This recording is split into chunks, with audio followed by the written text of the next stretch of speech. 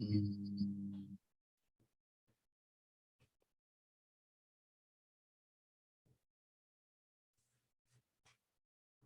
ya. Bueno, ustedes me conocen. Soy Diego, residente de psiquiatría, el segundo. Y hoy día vamos a hablar de los trastornos de personalidad de clúster C. ¿Ya? Perdón, clúster A. Estoy pegado en el clúster C. Bueno, entonces, como vimos en las presentaciones anteriores, vimos las generalidades de los trastornos de personalidad. Y ahora vamos a empezar el abordaje de cada uno por separado, lo más específico. ¿Ya?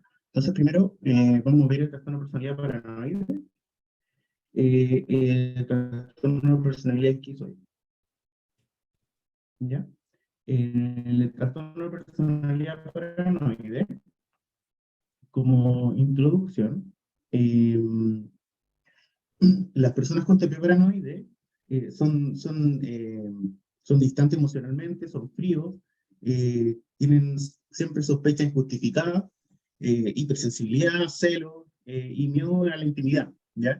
Van a tender a ser rígidos, conflictivos, y en relación a su hipersensibilidad a las críticas y a la tendencia a culpar a otras personas, prefieren tener vida aislada.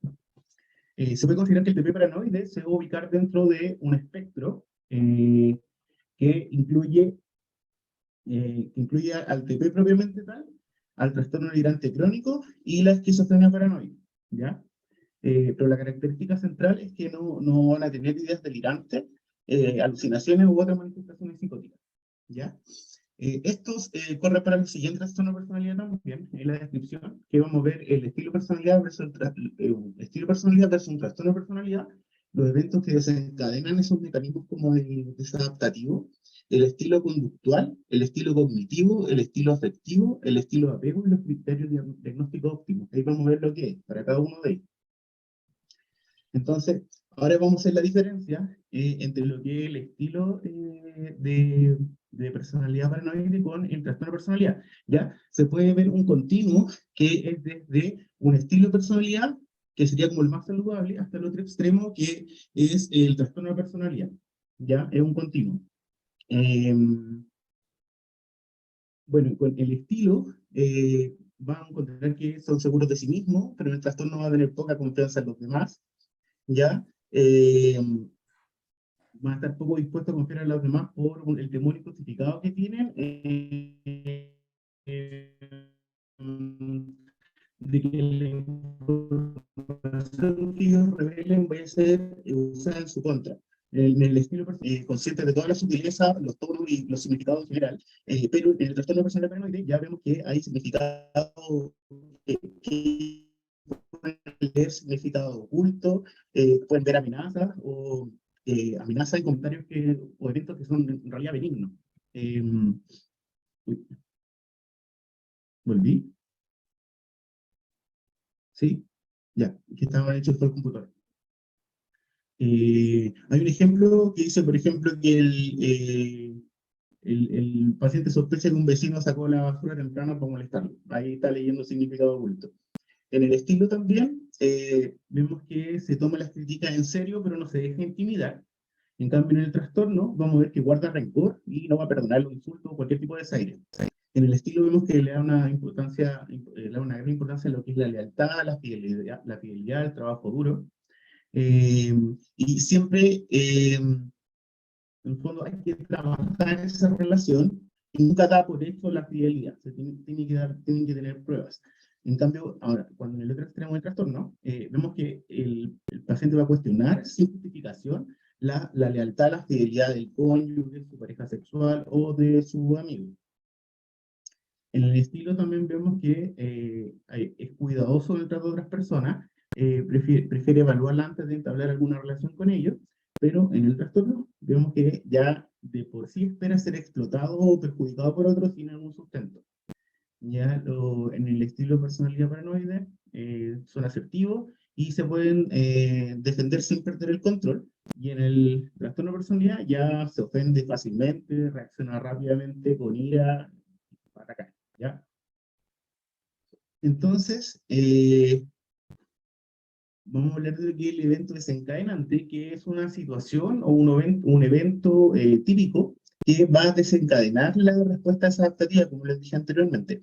En este trastorno, el evento desencadenante van a ser las relaciones interpersonales cercanas o las preguntas personales, ¿ya? En el estilo conductual, se van a resistir a la influencia externa, tienden a estar crónicamente tensos porque en realidad siempre se van a estar como movilizándose contra las amenazas que van percibiendo, y en su comportamiento destaca también la cautela, la actitud defensiva, y siempre van a estar argumentando.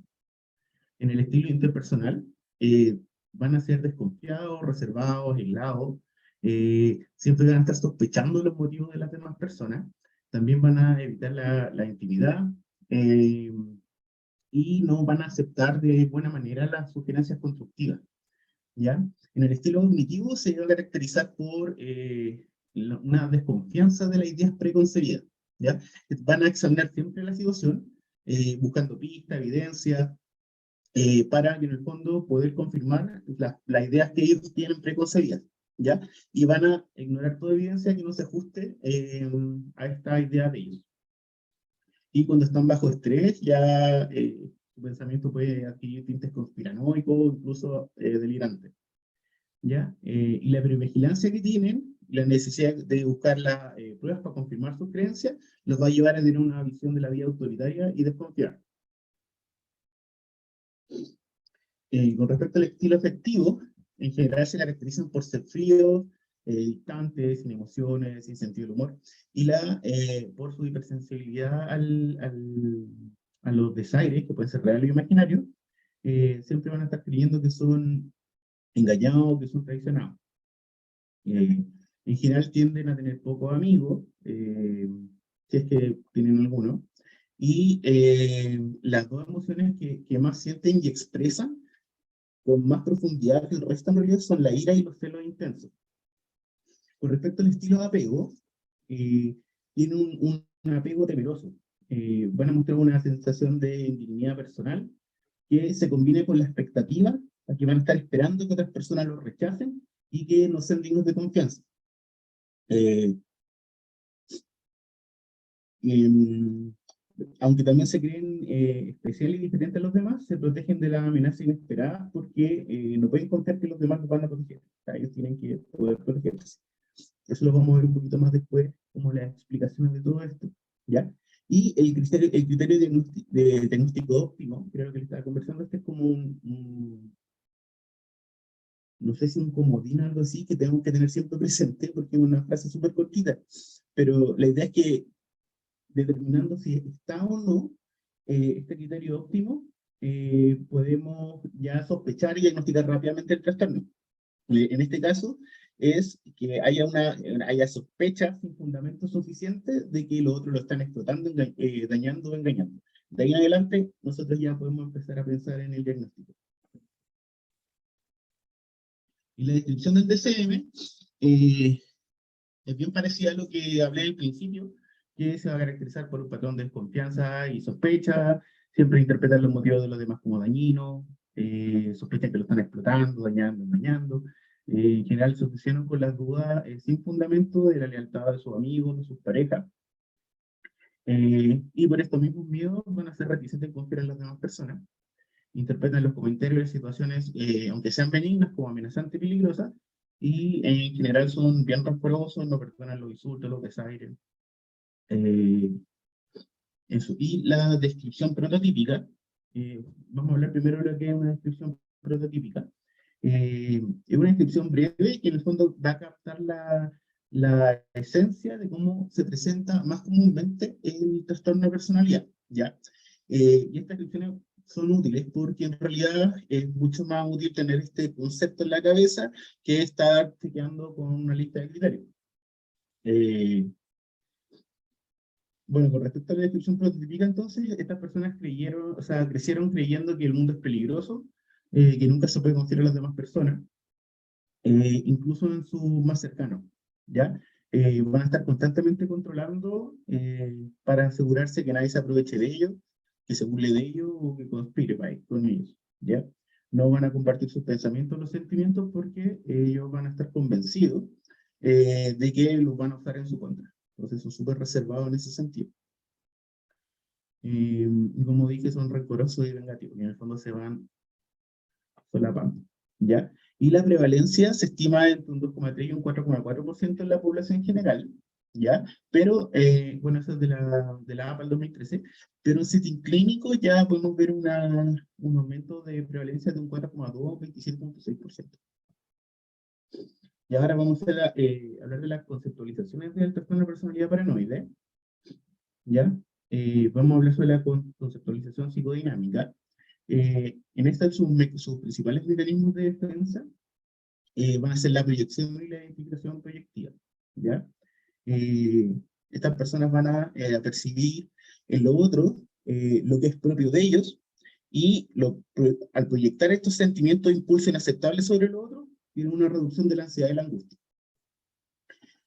Además, su propia representación, su autorrepresentación, implica que hay una coexistencia de un yo que es grandioso y especial con uno que está en un polo todo opuesto, que sería un yo inferior, débil y sin valor. ¿Ya? Que más adelante también vamos a ver por qué se dan estas cosas. ¿Ya? Y desde el punto de vista del desarrollo, es probable que estas personas hayan crecido en un ambiente de criticismo, culpa, hostilidad, y que además se hayan identificado con un padre crítico, ¿ya? Entonces la identificación con este padre crítico va a suprimir sus sentimientos de insuficiencia, van a aprender la hipervigilancia, la suspicacia y el culpabilizar a otros. La violencia también va a impedir la autocrítica y que exterioricen la culpa, ¿ya? Que en este caso lo vamos a considerar como una de las identificaciones que tiene con el agresor. Y le va a servir para borrar una posible experiencia de humillación que haya tenido, ¿ya? Se van a enfocar en ver la imperfección del mundo, y esta exteriorización les permite la negación de cualquier imperfección personal. O sea, ven lo imperfecto en el mundo, por lo tanto no veo lo mío. Pero esto es porque en realidad ellos se sienten inferiores, se sienten débiles, por lo que en el fondo es como una defensa compensatoria contra estos sentimientos de inferioridad. Y como mecanismo de defensa secundario van a tener la racionalización, la formación reactiva y el desplazamiento. Entonces, como modo resumen, la necesidad de criticar al mundo y al objeto externo les permite mantener una existencia que va a estar libre de ansiedad frente a las imperfecciones personales y su sensación de insuficiencia. Ahora la conceptualización cognitivo-conductual. Desde lo cognitivo, bueno, en realidad todos los cognitivos se definen de esta manera, que tienen creencias fundamentales, condicionales y instrumentales que son características de este trastorno, ¿ya? Las creencias fundamentales van a incluir que no se puede confiar en otras personas, que otros tienen motivos ocultos o malas intenciones hacia mí, que los otros son engañosos y buscan herirme o dañarme. Con respecto a las creencias condicionales, si no tengo cuidado, otros me van a manipular, van a abusar de mí o se van a aprovechar de mí.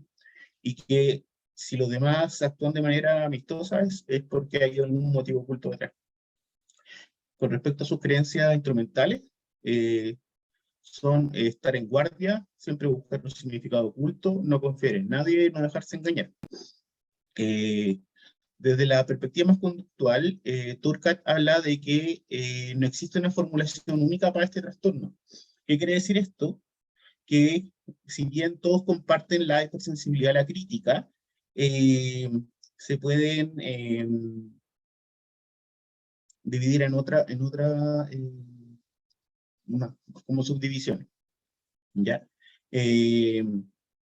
Describe que estas personas van a recibir un entrenamiento temprano para tener miedo a lo que otros piensan de ellos, ¿ya? Entonces, desde chico aprende que son diferentes a los demás, que no pueden cometer errores, y por estas mismas creencias se preocupan demasiado por las evaluaciones que los demás pueden hacer de ellos. Y se ven siempre obligados a ajustarse a las expectativas de sus padres. Recordemos que es un estilo de crianza más bien duro, ¿ya? Y autoritario.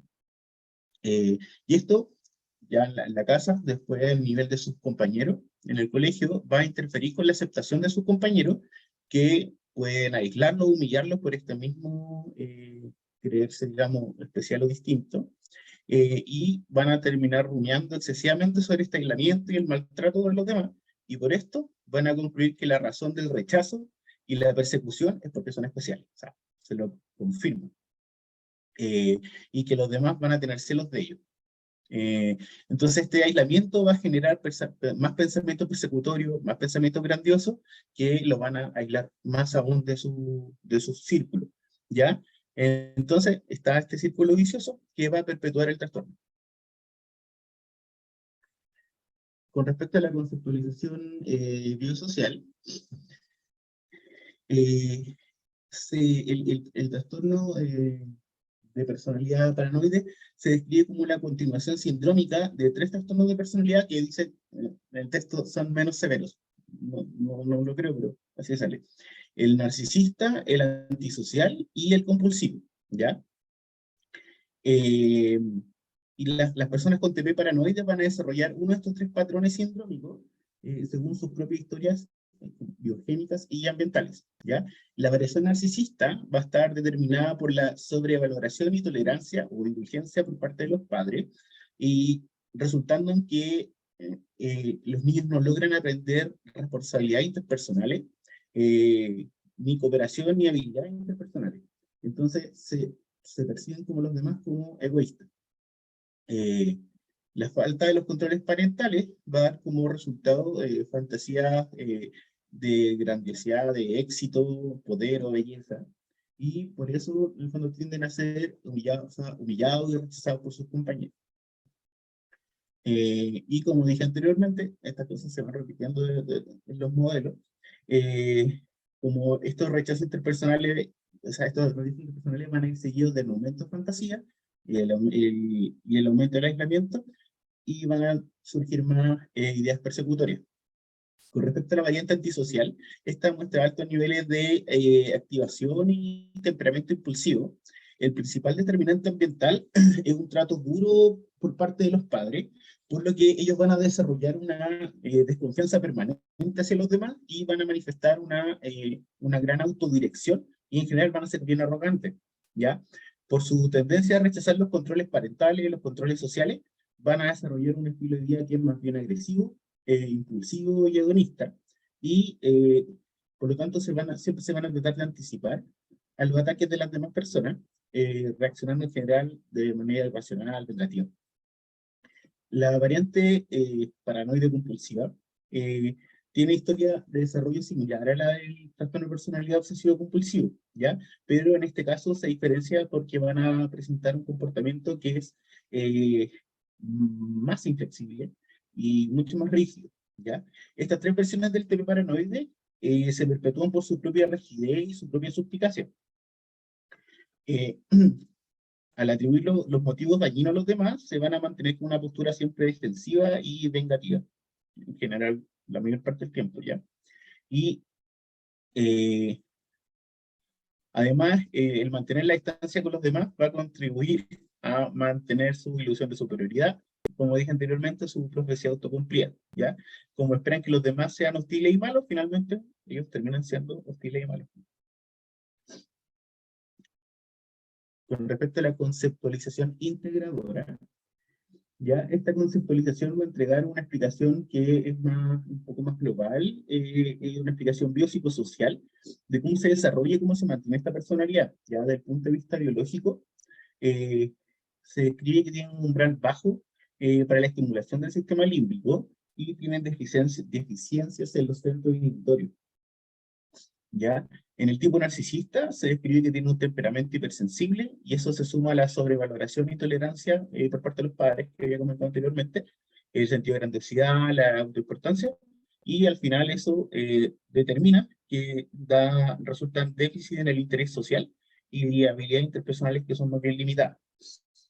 Y en el tipo compulsivo van a tener un temperamento principalmente anhedónico, y esto asociado a la rigidez y el control excesivo por parte de los padres explica el desarrollo de este tipo, ¿ya?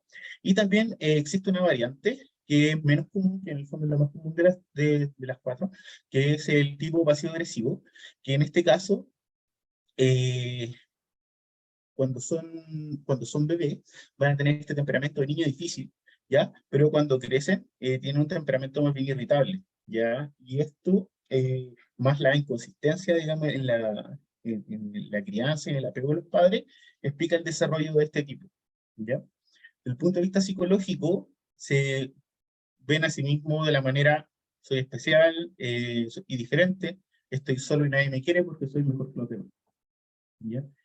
Van a ver la vida y el mundo de la vida injusta, impredecible, exigente. Eh, Te va a hacer daño cuando menos lo esperas. Eh, por lo que, en base a eso, concluyen, ten cuidado, contraataca, no confíes en nadie y culpa a los demás de tus fracasos. Y en lo social, para todos los subtipos, este es como el mandato de los padres. eh, es, Eres diferente, por lo tanto no cometas errores. Y esto sumado al estilo parental que se describió en cada uno de los subtipos anteriores, más toda la crítica por parte de los padres, va a conducir al lamento social y a la conducta hipervigilante, ¿ya? Y para dar sentido a esta contradicción que se da en el niño, entre en el fondo que es especial, pero a la vez ridiculizado por su entorno, eh, los niños van a concluir que la razón por la que son especiales y que nadie los quiere es porque son mejores que otras personas. Básicamente les tienen celo.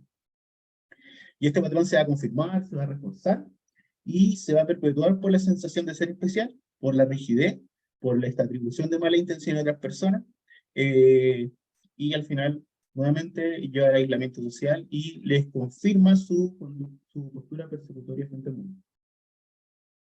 Esta es una tablita con resumen de todo lo que... ¿Ya? Ahora vamos a hacer la evaluación del trastorno de personalidad paranoide. ¿Ya?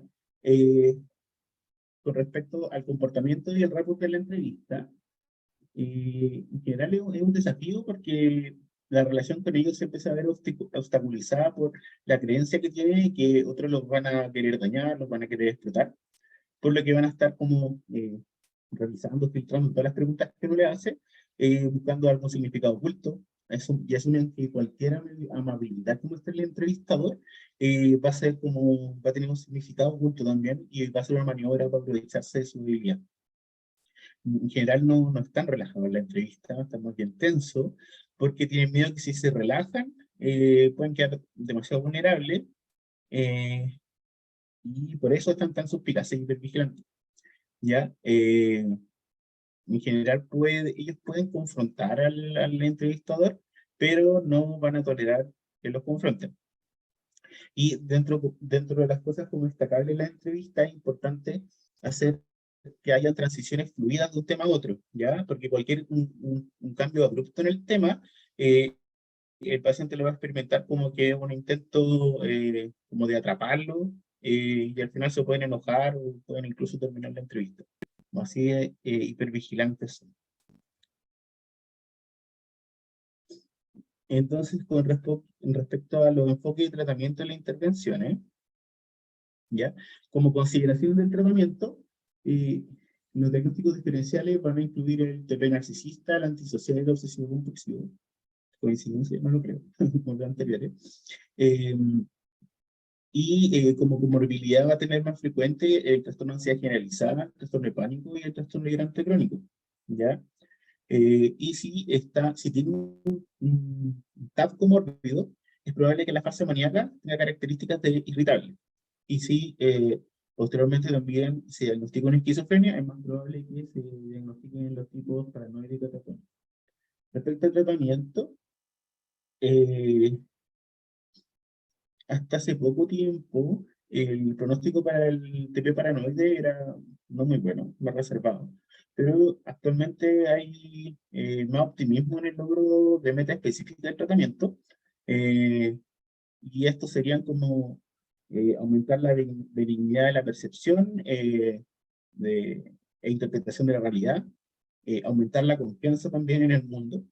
Y para esto van a ser útiles la psicoterapia y la psicoeducación. Y los medicamentos van a ser útiles solo en el caso como que haya ansiedad asociada con la pérdida del control, ¿ya? Más no para tratarlo en sí mismo.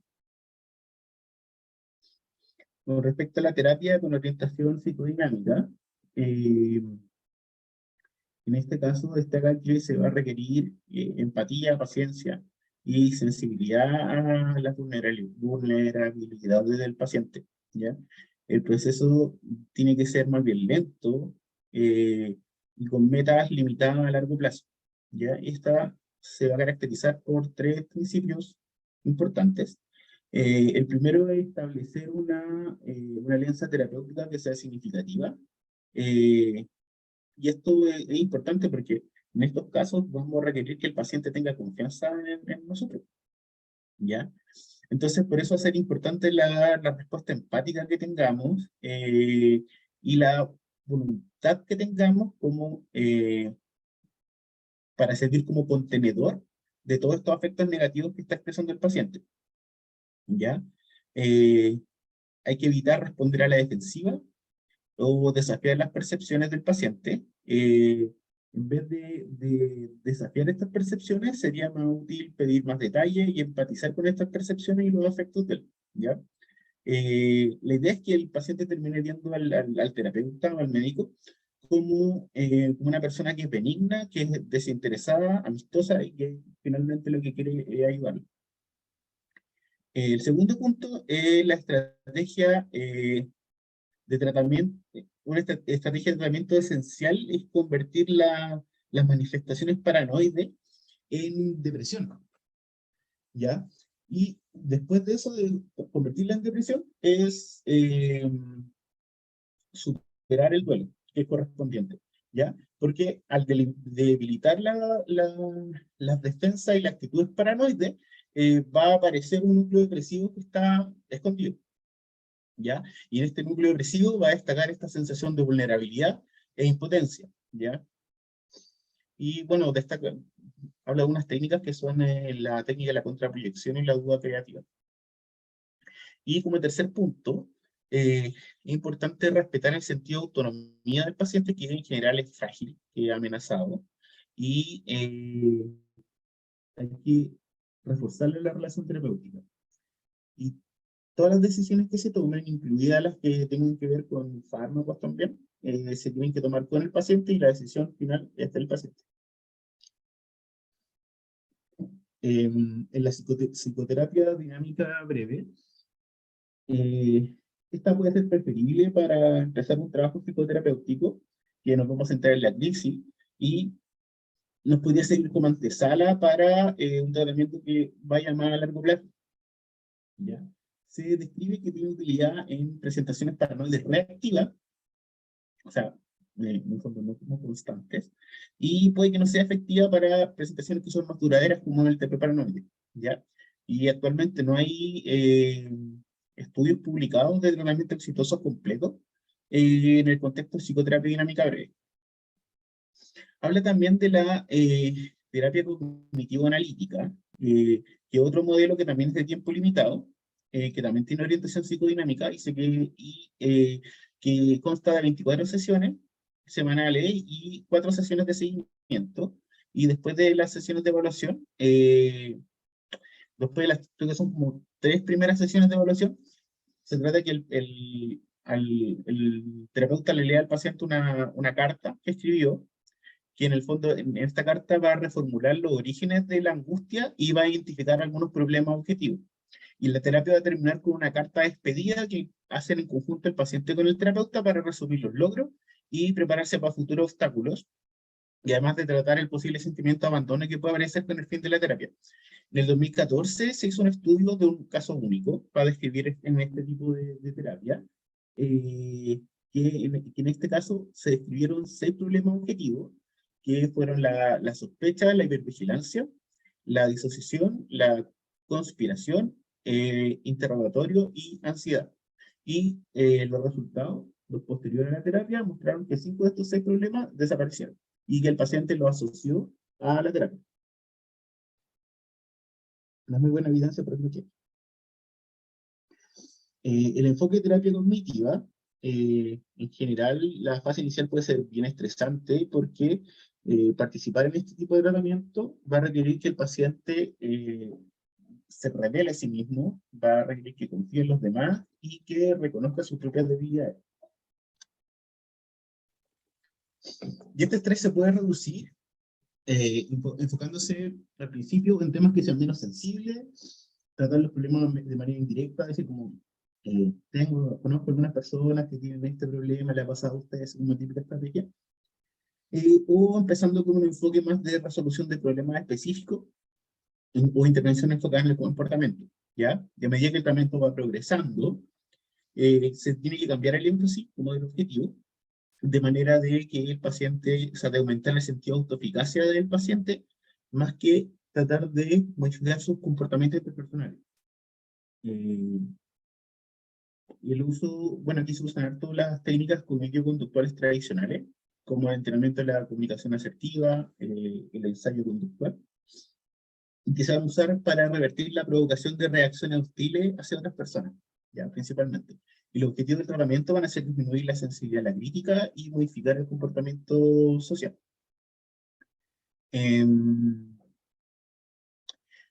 Con respecto a la terapia de esquemas, ya habíamos hablado en algún momento de la terapia de esquemas, pero para reforzarlo, es una elaboración de la terapia cognitiva que desarrolló Jung en 1999. Ya esta específica para trastornos de personalidad, y va a implicar la identificación de esquemas que son desadaptativos y la planificación de estrategias e intervenciones específicas en relación a ellos, ¿ya? Las 4 estrategias principales van a ser las cognitivas, las experienciales, las conductuales y la propia relación terapéutica. Entonces, la reestructuración cognitiva y la modificación de los esquemas desadaptativos va a ser una estrategia importante, pero hay que combinarla con ejercicios de imaginación, confrontación empática, hacer algunas tareas, y se escribe como la reparentalización limitada, que en el fondo sería una forma de experiencia emocional correctiva, ¿ya? Y los esquemas de maladaptación, típicamente asociados con este trastorno, van a ser que los otros abusarán de mí, me humillarán, me engañarán, me van a mentir, manipularán o se van a aprovechar. La creencia de que uno es defectuoso, malo, que es no deseado o que es inferior en aspecto importante, y también en la búsqueda constante de aprobación. El enfoque interpersonal se va a planificar y evaluar en términos de si mejoran la colaboración, si facilitan el aprendizaje del paciente eh, sobre los patrones desadaptativos y las raíces de estos patrones. Y la gracia es que bloquean esos patrones y mejoran la voluntad de cambio del paciente, ¿ya? El principal problema de este tratamiento es que en los pacientes paranoides eh, es difícil establecer una relación terapéutica colaborativa, pero en la medida que se produce esta relación terapéutica, la paranoia empieza a desaparecer. Y a medida que avanza el tratamiento, eh, los pacientes aprenden que sus expectativas de ataque o control abusivo de parte de otras personas vienen de experiencias pasadas, ¿ya? Por lo que pueden empezar a apreciar de que estas experiencias no siempre van a ser apropiadas en el presente, tienen origen en el pasado, pero que ahora no son útiles, digamos, y que la hostilidad va a generar siempre más hostilidad. Y también se les va a ayudar a disminuir los conflictos que tengan con estas figuras controladoras y atacantes tempranas, ¿ya? Entonces, en este caso, como ellos pueden ver que están actuando como el padre odiado por ellos mismos, pueden interesarse en cambiar y en ser diferentes.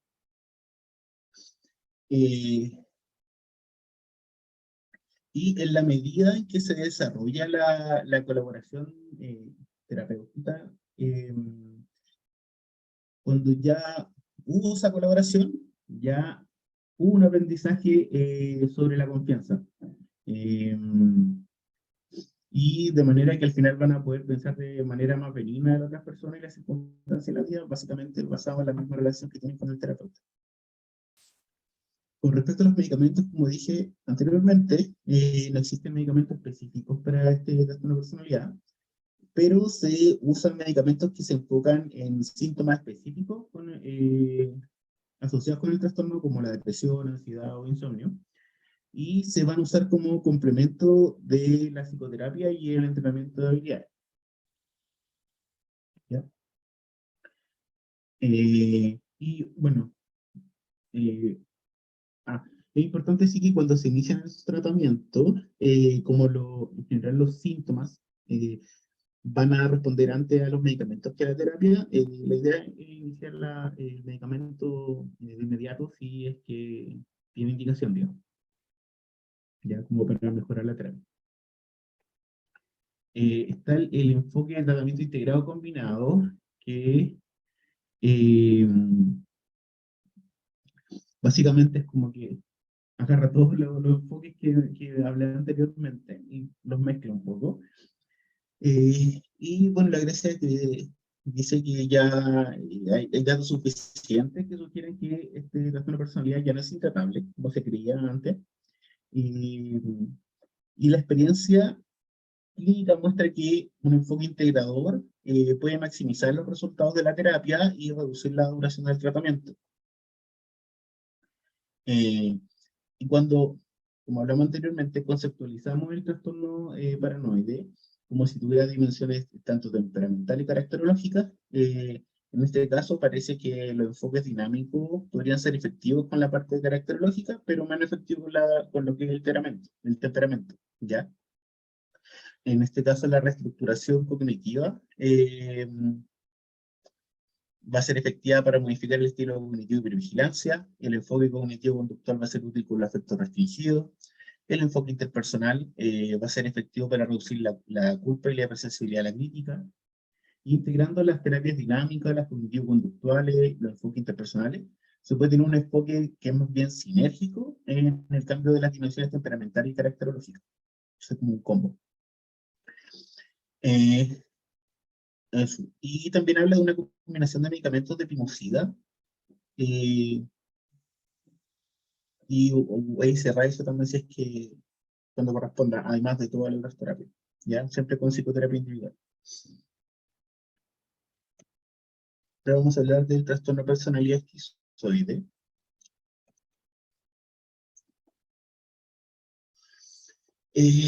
Bueno, estas personas van a tender a ser más bien solitarios, tienen poco deseo o capacidad para relacionarse con otras personas, principalmente porque no tienen poco placer de esas relaciones. Estas personas funcionan en general bien cuando están solos. Por ejemplo, pueden ser buenos vigilantes, nocturnos, guardias de seguridad, tienen poco rango emocional. eh, Siempre, bueno, sueñan despiertos en exceso, son distantes y parece que no tuvieran sentido del humor. Y esa es como la descripción básica. Con respecto al estilo versus trastorno, igual que en el trastorno personal paranoide, abarca esto un continuo desde lo saludable hasta lo patológico, donde lo saludable está todos los rasgos de estilo y lo patológico cuando ya trastorno. ¿Ya? Y bueno, en el estilo de personalidad esquizoide van a mostrar poca necesidad de compañía, se sienten más cómodos solos. En cambio, en el trastorno no desean ni disfrutan de las relaciones cercanas, ¿ya? Incluyendo ser parte de una familia. En general, tienen uno o incluso no tienen ningún amigo cercano que no sea pariente de primer grado. Eh, eh, Va a tender a ser autosuficiente, no requiere interacción con otros para disfrutar la experiencia o vivir sus vidas. ¿Ya? Esto en el estilo y en el trastorno siempre van a elegir actividades solitarias. En el estilo se encuentra que es más equilibrado, desapasionado, tranquilo, rara vez sentimental. Y en el trastorno ya rara vez o nunca parece experimentar alguna emoción fuerte como la ira o la alegría, son muy aplanados. Ya en el ámbito sexual, en el estilo son poco impulsados por las necesidades sexuales, pero si bien pueden disfrutar del sexo, no sufren en la ausencia de este. En cambio, ya cuando están en presencia de un trastorno, en realidad no tienen, tienen poco o ningún deseo de tener experiencias sexuales con otra persona. En el estilo se van a tender a dejar influir por los elogios, las críticas, y ya en el trastorno en realidad son muy impermeables a los elogios, a las críticas, muestran afecto restringido, y también destaca que rara vez van a mostrar gestos, expresiones faciales. ¿Ya? Es que incluso como que no sonríen, etc. ¿Ya? Entonces, como habíamos hablado antes del evento desencadenante, aquí también funciona de la misma manera que un evento, una situación, un evento que posiblemente va a desencadenar las respuestas adaptativas, y en este caso van a ser las relaciones interpersonales cercanas. ¿Ya? El patrón de comportamiento o el estilo conductual se va a describir como letárgico, desatento e incluso en ocasiones excéntrico. Van a hablar de manera lenta, monótona, y no son espontáneos, ni en el comportamiento ni en su habla. ¿Ya? Eh, en lo interpersonal, parecen estar contentos de estar solos y socialmente distantes.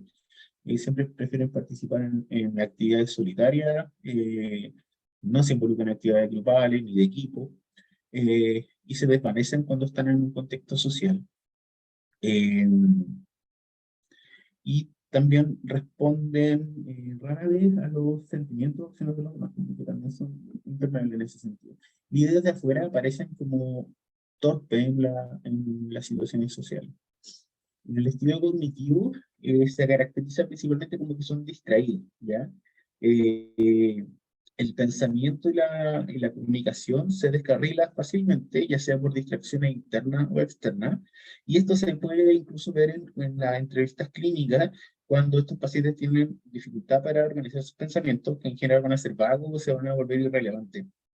Eh, Estos pacientes tienen poca capacidad de introspección y poca capacidad para articular aspectos importantes de las relaciones interpersonales, y tienen objetivos que son más bien difusos, vagos, y se aparentan ser muy indecisos.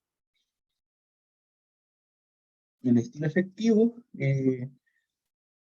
bueno, se caracterizan porque no tienen sentido del humor, en general son fríos, distantes, sin emociones, y como dije anteriormente, son indiferentes a los elogios, a las críticas, carecen de espontaneidad, tienen poca capacidad de empatía y tienen un rango restringido de respuesta afectiva. ¿Ya? El estilo apego tiene un estilo evitativo que se caracteriza por un sentido de sí mismo que es digno y positivo, así como una evaluación baja y negativa de los demás. ¿Ya? Entonces, esto se manifiesta como una desconfianza hacia los otros. Ellos creen que son emocionalmente autosuficientes, entonces descarta la necesidad de la amistad y el contacto con las demás personas, porque son autosuficientes, ¿ya? Y nuevamente el criterio óptimo, nuestro comodín, es que no desean ni disfrutan de las relaciones cercanas, incluyendo ser parte de una familia. De ahí en adelante, entonces, vamos a sospechar el resto. La descripción de ICM también bien parecida a la introducción, ¿ya? Eh, Se caracteriza por un patrón de desapego, una expresión emocional restringida, esto, en el fondo redunda en lo mismo, ¿ya? Eh, y en la descripción prototípica, como el caso típico, ¿cierto? Estas personas, en general, lo que quieren es que las dejen solas. No tiene mucho significado para ellos hacer contacto o mantener contacto con otras personas. En el fondo no encuentran placer ni emoción en eso. Eh, por esto mismo viven solos, evitan ir a citas, en general no tienen amigos verdaderos y tienen trabajos que requieren poco o ningún contacto con las demás personas. Y de esto visto desde afuera, considerado por otros, se ven como torpes, distantes, incluso bien formales en el contexto social. ¿Ya? La prevalencia de este trastorno se estima entre el 3,1 y el 4% en la población general, pero en los entornos clínicos este trastorno se presenta con menos frecuencia, porque en general no consultan. no buscan ayuda. ¿Ya? Entonces aquí tenemos incluso menores prevalencias de 0,5 a un 5,1%. Respecto a las conceptualizaciones del trastorno de personalidad esquizoide, eh, bueno, el mundo interior las personas con trastorno esquizoide, en general es distinto a cómo se ven por fuera. Siempre se les va a describir como que son desapegados, asexuales, autosuficientes, poco interesantes, poco interesados, y que ahora, todo eso que se describe, pero en realidad lo que hay detrás de eso y escondido bajo eso es que están encubriendo una necesidad emocional, están encubriendo sensibilidad, vulnerabilidad y mucha creatividad también, ¿ya? Eh, y estas marcadas diferencias entre bueno, estas dos características van a representar lo que es una escisión de las diferentes autorrepresentaciones que no están integradas, ¿ya? Y al final eso determina una discusión de identidad. Eh, Estas personas van a basar su decisión de aislarse en que, como no recibieron cuidado materno necesario cuando eran bebés, no pueden esperar ni intentar recibir ningún suministro emocional o ningún aspecto, digamos, de figuras significativas posteriores. Si no recibí madre, ¿de qué es lo que recibí? ¿Ya? Eh, Entonces el aislamiento sería como una defensa contra un conflicto entre el deseo de relacionarse con los demás y el temor de que su necesidad por relacionarse con los demás perjudique a los demás, ¿ya? Entonces van a estar siempre oscilando entre el miedo a alejar a los demás por esta necesidad y el miedo a que los demás los asfixien o los consuman o se fusionen, como decía Diego. Entonces todas las relaciones se van a experimentar como peligrosas y por lo tanto las evitan. Van a usar como mecanismo de defensa la represión, la negación, el aislamiento del afecto, el desplazamiento eh, y la intelectualización. Todo esto para asegurar la distancia de los demás, evitando la ansiedad. La conceptualización biosocial. eh, la personalidad esquizoide va a estar formada por una interacción, como todos los personalidad, de factores biogénicos y ambientales. Eh, Se describe que hay una proliferación de receptores postsinápticos dopaminérgicos en las regiones límbicas y corticales frontales, y que esto va a explicar una actividad cognitiva que es más bien inusual y la respuesta emocional es inhibida, ¿ya? Además de esto, va a tener un sistema nervioso parasimpático excesivo y la amortiguación de esto puede explicar su apatía, su aislamiento afectivo y la falta de respuesta a los estímulos ambientales, ¿ya? Eh, las familias de estos pacientes se van a caracterizar en general por una reserva interpersonal. Van a ser más bien formales, superficiales y fríos, ¿ya? Entonces las personas que son criadas en estos contextos, en estos ambientes, va a ser esta comunicación que aprenden, van a terminar siendo bien como tener una comunicación más bien vaga y circunstancial, ¿ya? Y estos patrones de comunicación que aprenden al final terminan confundiendo a las otras personas que no son de su entorno familiar, y esto va a fomentar que se sientan incomprendidos, frustrados. Eso. Entonces van a tender a aislarse y creer que los demás no lo entienden. Y el trastorno esquizoide se va a perpetuar por el distanciamiento social, por el refuerzo de su propio aislamiento social y por su insensibilidad tanto cognitiva como social, ¿ya? Además que como tiene actividades sociales que son poco frecuentes, limitan su capacidad de crecimiento en esta área y el aislamiento social se va a ver reforzado por las otras personas, en el fondo como lo encuentran extraños, los aíslan, ¿ya? En la conceptualización cognitivo-conductual,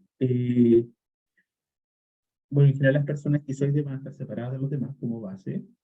Sus creencias fundamentales van a ser de que son unos desadaptados de la vida, que las relaciones cuestan y que no valen la pena, y que en realidad son más felices estando solos. Sus creencias condicionales van a ser que si se acercan demasiado a los demás, otros se van a burlar de ellos o se impondrán por sobre ellos. Por lo tanto no tiene mucho sentido intentar contactarse con las demás personas. Con respecto a sus creencias instrumentales, digamos, no se involucre, diga no a las demandas de los demás y abandone rápidamente cualquier situación social. Huya. Se van a ver a sí mismos como solitarios y bichos raros que no encajan.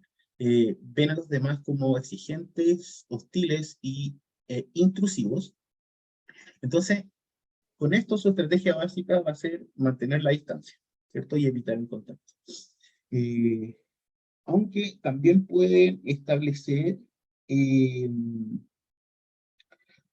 eh, establecer contacto con otros como de manera funcional ya, digamos, siendo parte de su trabajo o para satisfacer sus necesidades básicas de la vida diaria, digamos.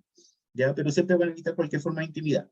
Y desde la perspectiva conductual, en realidad nos ofrece una formulación muy específica para este trastorno, pero podría ser que la indiferencia de los padres, la reserva emocional que que presentan y la poca oportunidad que tienen para desarrollar su habilidad interpersonal van a contribuir al desarrollo.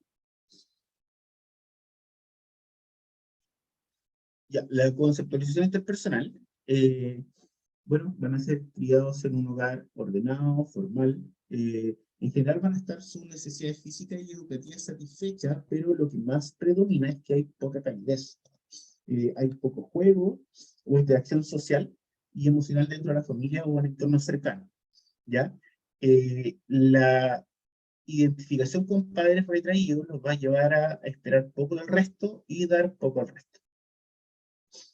No tienen miedo ni deseos por los demás, tienen poco desarrollo de conciencia social y de habilidades, van a poder cumplir con la expectativa del rol social y laboral o incluso como padre, pero, por ejemplo, pueden estar casados, pero no van a desarrollar relaciones que sean como más estrechas o más íntimas.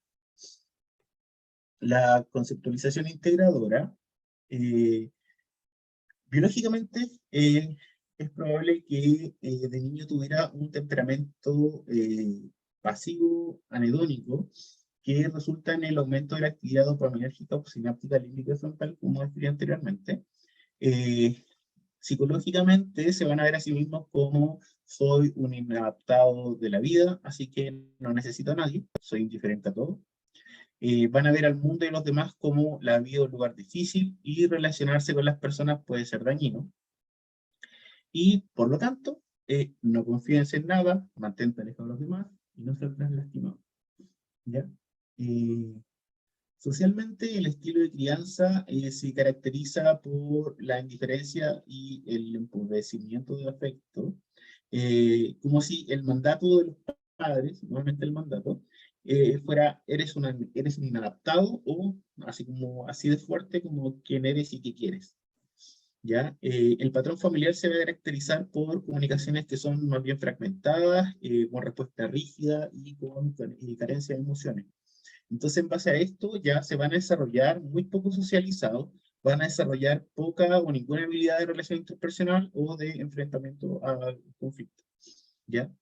Entonces, este patrón va a ser confirmado, reforzado y perpetuado por factores que son tanto individuales como sistémicos, eh, al creerse que inadaptados van a evitar la actividad social, ¿ya? Entonces, esta insensibilidad social adicional lo va a conducir al refuerzo del aislamiento social y una mayor confirmación del estilo esquizoide.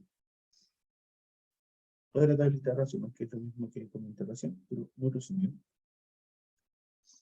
Con respecto a la evaluación del trastorno de personalidad esquizoide, eh, el comportamiento del paciente y el rapport de la entrevista van a expresar poco o ninguna emotividad, incluso cuando hablan de sentimientos de ansiedad o depresión, ¿ya? Eso sí, las personas que son como más inteligentes pueden llegar a quejarse de anedonia o incluso ocupar la etiqueta de depresión per se, pero en realidad rara vez van a referir tristeza o culpa asociada a esta etiqueta de depresión, ¿ya? En general responden con respuestas que son de monosílabos o frases más bien cortas, Y en este caso es un poco frustrante porque ni las preguntas abiertas ni las preguntas ya más cerradas o estructuradas van a variar la información que el paciente va a entregar. A pesar de esto, el rapport va a mostrar la voluntad del paciente de revelar síntomas, problemas y sentimientos más íntimos. En la entrevista es bien frecuente que hayan muchos silencios prolongados. Eh, y si los pacientes vuelven a las sesiones, significa que están conectando con nosotros y con el tratamiento de alguna manera. Entonces, en este caso va a ser importante la persistencia, la paciencia y la tolerancia que tengamos para el intercambio, para recibir un intercambio verbal ilimitado, ¿ya? Y para que este intercambio verbal pueda tener un efecto terapéutico.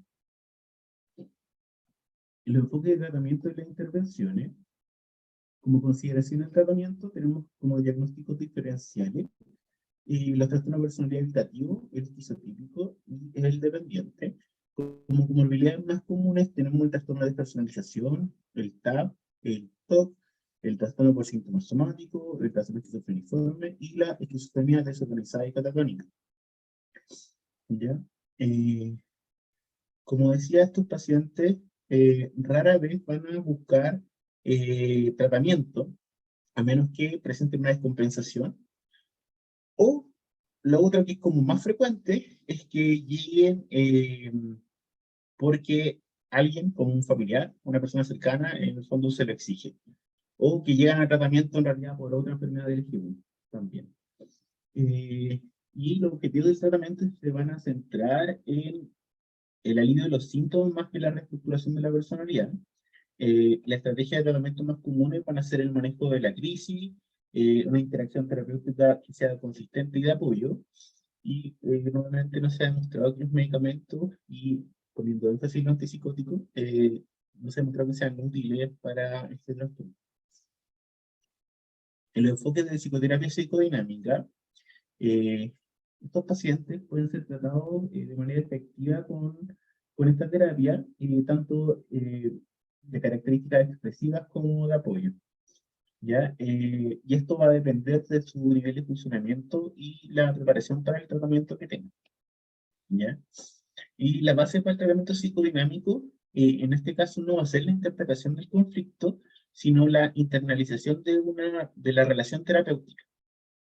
El estilo de relación que tiene el esquizoide va a resultar de insuficiencia en las relaciones tempranas con las figuras paternas. Entonces, la tarea que tendría en este caso sería encontrar esas relaciones objetales internas que están más bien congeladas. ¿Ya? Y hay que tener harto ojo con la cuenta de transferencia para evitar una mayor alienación del paciente. Y la gracia de esto es que se va a llevar al paciente a través de un periodo que va a ser un duelo evolutivo, en el cual va a llorar la pérdida de su desarrollo normal en el proceso de separación e individuación, y también para ayudarlo a comprender cómo las experiencias traumáticas que tuvo en la primera infancia influyen en sus síntomas interpersonales actuales, ¿ya? Entonces, una vez que ya eh, puede, digamos, hacer ese duelo, ya puede empezar a trabajar para enfrentar y abandonar el arrepentimiento asociado con todo esto. Y la terapia de apoyo, eh, como su modo básico de funcionamiento es no relacional, en general todas las terapias les va a resultar bien desafiantes y difíciles. En general hay que tomar una actitud permisiva, de aceptación, de paciencia, y es útil entender el silencio como una forma no verbal en la que se están relacionando con nosotros, ¿ya? Eh, Más que una resistencia al tratamiento, porque en otros casos se puede interpretar como una resistencia, en este caso no, ¿ya? Es una forma de relacionarse con nosotros. Cuando se prolonga el silencio, hay que tener ojo con uno mismo de no actuar y de no proyectar las propias representaciones del yo eh, en el paciente. La idea es aceptar el silencio, abstenerse a interpretarlo, porque esto va a legitimar el yo privado del paciente y sus aspectos no comunicativos también. Y dentro de estos mismos silencios también hay que, se puede extraer información diagnóstica de la identificación proyectiva. Ya esa es información bien valiosa en estos casos. Y en el caso de los pacientes que son de bajo funcionamiento, se pueden usar técnicas de apoyo que es para alentarlos a volverse más activos, como darle tarea, eh, que se expongan a situaciones sociales, que participen en el club deportivo, etc.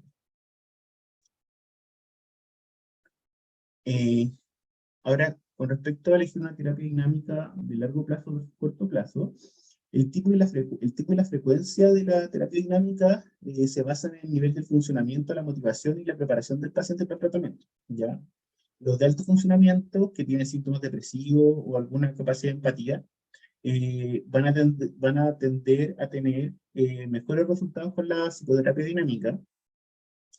La psicoterapia de apoyo a largo plazo va a estar indicada para la mayoría de los pacientes esquizoides que presenten grandes déficits del yo y muchas excentricidades personales, ¿ya?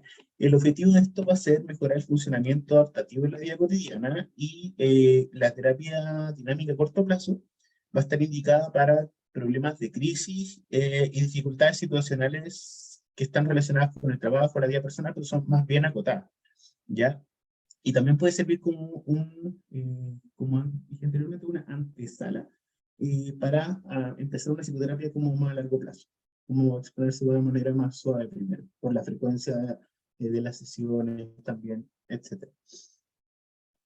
El enfoque de la terapia cognitivo-conductual, estos pacientes van a ingresar al tratamiento, como dije anteriormente, principalmente por trastornos del eje 1, ¿ya? Eh, más que en realidad para cambiar su forma de relacionarse con los demás, ¿ya?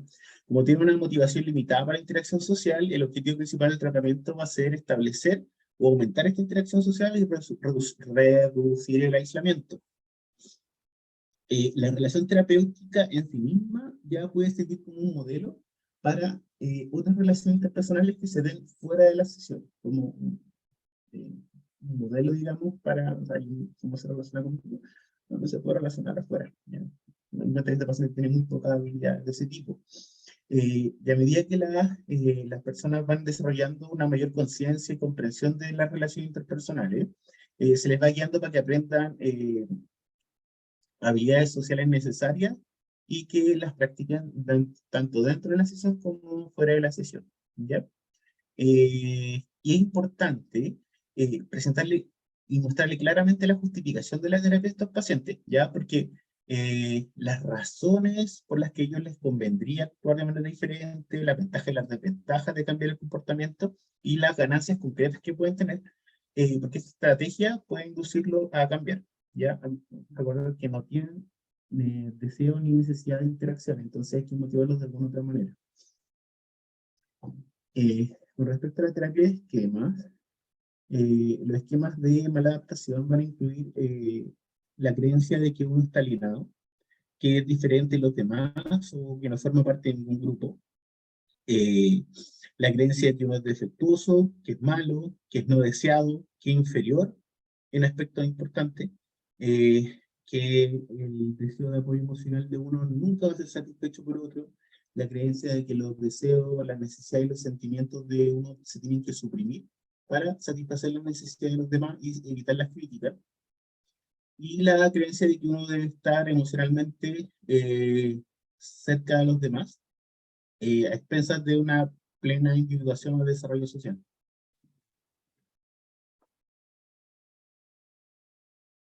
Bueno, con respecto a los medicamentos, como dije, no hay medicamentos específicos, ¿ya?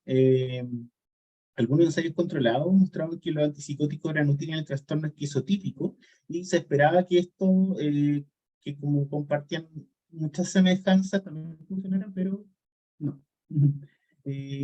A pesar de eso, todavía se prescriben antipsicóticos eh, para este trastorno de personalidad, pero es probable que solo sean útiles si se observa como alguna descompensación como más psicótica. El enfoque de tratamiento integrado combinado, bueno, estos pacientes en general tienden a evitar los profesionales de salud mental, tanto como evitan cualquier otra relación con cualquier otra persona. Entonces, cuando buscan ayuda, pues por petición de la familia, eh, o porque llegan por otro diagnóstico LG1, y en general tiene una tendencia a terminar las terapias anticipadamente, no las completan y las terminan bien rápido. ¿Ya? Entonces hay una ventana de oportunidad que es bien pequeña para involucrar a estos pacientes en el proceso terapéutico y en este caso, cuando ya la tenemos, puede ser útil integrarlo en enfoque. En este caso se propone combinar terapias que son grupales con terapia dinámica grupal con psicoterapia individual, dinámica como un tratamiento, como tratamiento de elección, eso lo propone Gabar. Pero muchos de estos pacientes en general se van a negar a la recomendación de la terapia en grupo, incluso se pueden sentir traicionados por el tratante cuando se les ofrezca esto. Entonces, antes de hablarles sobre esto, es importante explorar y trabajar las fantasías que tiene el paciente sobre cómo sería estar en una experiencia grupal o también lo que se puede hacer es ya establecer una relación diádica más estable con el médico y después ir a la terapia de grupo, pero que también esté el mismo tratante. ¿Ya? Y otros autores van a describir que se puede integrar un enfoque de la teoría de las relaciones objetales con el entrenamiento de habilidades sociales y meten otras cosas como la hipnosis, el psicodrama y todo eso según las necesidades del paciente, como bien ecléctico este enfoque integrado combinado. Eso.